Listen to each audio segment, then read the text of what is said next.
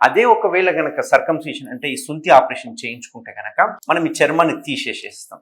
ఈ చర్మాన్ని తీసేయడం వల్ల ఎటువంటి వైరస్ అక్కడ స్టే చేయడానికి ఉండదు, ఎక్కువసేపు ఉండడానికి రాదు. సో అంతేకాకుండా మనము క్లీనింగ్ చాలా ఈజీగా ఉంటుంది. లోపల మనకు సర్కంసిషన్ చేయించుకోకపోతే ఒక రకమైన వామ్ టెంపరేచర్, మైల్డ్ టెంపరేచర్ ఉంటుంది లోపల, అండ్ మాయిస్ట్ ఉంటుంది. ఇవన్నీ వైరస్ కానీ బ్యాక్టీరియా కానీ స్ప్రెడ్ అవ్వడానికి లేకుంటే గ్రోత్ అవ్వడానికి ఎన్విరాన్మెంట్ ఇచ్చిన వాళ్ళం అవుతాం. అదే ఒకవేళ సర్కంసిషన్ చేయించుకుంటే కనుక ఆ ఏరియాలో స్కిన్ ఉండదు కాబట్టి ఎటువంటి వామ్ కానీ మాయిశ్చర్ కానీ ఉండదు, డ్రైగా ఉంటుంది కాబట్టి ఆ వైరస్ అటాక్ అయ్యే అవకాశాలు 50 to 70% తక్కువ ఉంటాయని చెప్పేసి ఒక స్టడీ కండక్ట్ చేశారు. సో ఒకవేళ ఇలా సర్కంసిషన్ చేయించుకోవడం వల్ల వాళ్ళకి హెచ్పివి వచ్చే అవకాశాలు కూడా 70% తక్కువ. ఇప్పుడు సర్కంసిషన్ చేయించుకొని వాళ్ళతో పోలిస్తే కనుక 70% సర్కంసిషన్ చేయించుకున్న వాళ్ళకి ఈ sexually transmitted infection, especially HPV, human papilloma virus అంటాం కదా, అది వచ్చే అవకాశాలు తక్కువ ఉంటాయి. సో ఇట్లా తక్కువ ఉండడం వల్ల అబ్బాయిలు కనుక ఇంటర్కోర్స్ చేసేటప్పుడు తనకు ఈ ఇన్ఫెక్షన్స్ రావు కాబట్టి